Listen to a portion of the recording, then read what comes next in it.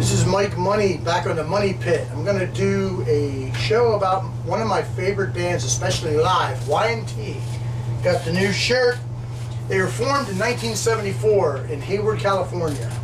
They started out as Yesterday and Today, which was chosen by drummer Leonard Hayes because it was the album, which was a Beatles album, by the way, that was playing on his turntable at the time.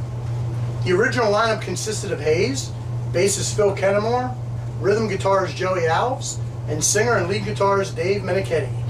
In 1976, they released their first album titled Yesterday and Today, featuring 25 Hours a Day, Alcohol, and Beautiful Dreamer, not to mention Earthshaker, which would become the third album's title.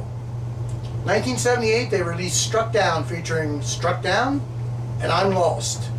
When they went to A&M Records, the band's name was shortened to Y&T, which was influenced by the fans who would go to live shows.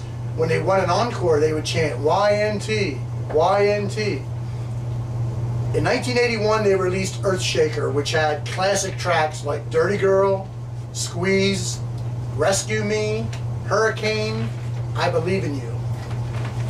In 1982, they released Black Tiger, which had Black Tiger, Open Fire, Don't Want to Lose, Barroom Boogie, My Way or the Highway, Winds of Change, and the phenomenal AJ Styles. Wait a minute. The phenomenal Forever.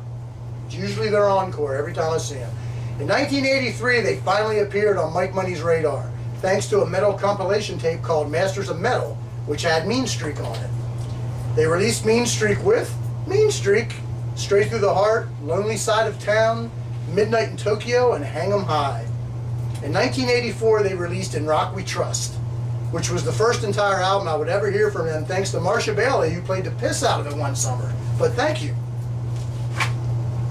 This had Rock and Roll's Gonna Save the World, Lipstick and Leather, and my all-time favorite Y&T song, Don't Stop Running.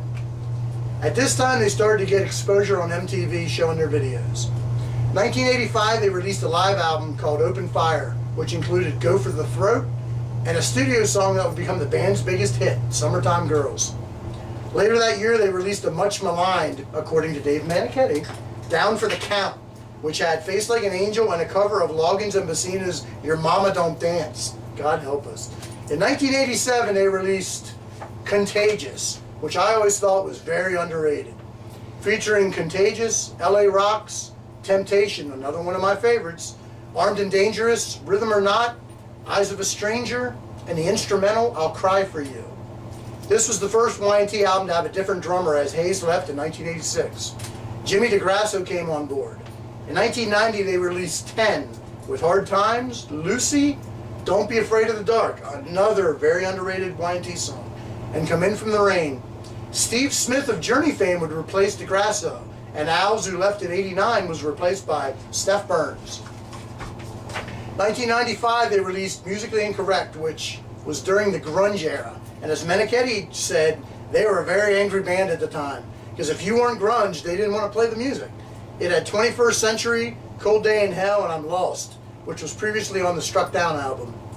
DeGrasso came back for this album. In 1997, they released Endangered Species, which featured God Only Knows. It would be 13 years until they would release another album. I had never gotten to see them live, so when I heard they were playing at Jack's in Springfield, Virginia in 2009, I knew I had to go. Playing well over 2 hours and basically being forced off the stage at 2 a.m. left quite an impression on me. You always hear prima donnas all about the money, not caring about the music or the fans. Insert Axl Rose joke right here. These guys love to play live. I've never seen it before or since. Of the originals, it was only Dave and Phil, but I would see two musicians who were very good, not to mention two cool dudes, and are still in Y&T today. Rhythm guitarist John Nyman and drummer Mike Vanderhoot. I always fuck that one up. Vanderhoot. Oh, he's not watching, so I guess it don't matter. In 2010, they would release their last, at least as of now, Dave keeps promising new material, album Face Melter, featuring On With The Show, Shine On, I Want Your Money, I'm Coming Home, If You Want Me, and Blind Patriot. This is a solid album. I would love to see, I would get to see them on this tour, back at Jack's with Icarus Witch as the opener. Very good band too. Sadly, Phil would pass away in 2011 of lung cancer. Brad Lang came on to replace Phil, but he was later replaced by Aaron Lee. I have seen Y&T 8 times since 2009. Haven't missed a show at Baltimore Soundstage, starting with 2012, 2013, 2014, 2016, 2017 with Mind Maze, and last Tuesday, 2 Tuesdays ago, on their 45th year anniversary. I'm gonna keep showing the shirt off. They played at least one song off each album. Almost a 2.5 hour show, and it was awesome. I actually got a guitar pick from Dave Meniketti himself. Got one of the set lists, had everyone in the band sign it. Y&T is famous for coming out to the bar after the show to chat with the fans, but this was the first time I actually got to sit and talk to people. And I got to get my picture taken with Meniketti, which was just awesome. He's probably the one that got me sick, but you know what? I guess I can forgive after 45 years of good music. This band never got the recognition I think they deserve, but maybe that's why I still get to see them for $35 and play 2.5 hours.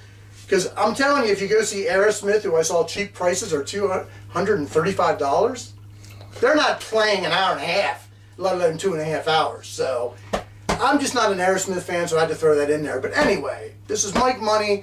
Love Y&T. If you get a chance to see them live, even if you know 2 songs, this band is fucking awesome live. Check them out. Please check them out. This is Mike Money for the Money Pit saying adios, muchacho.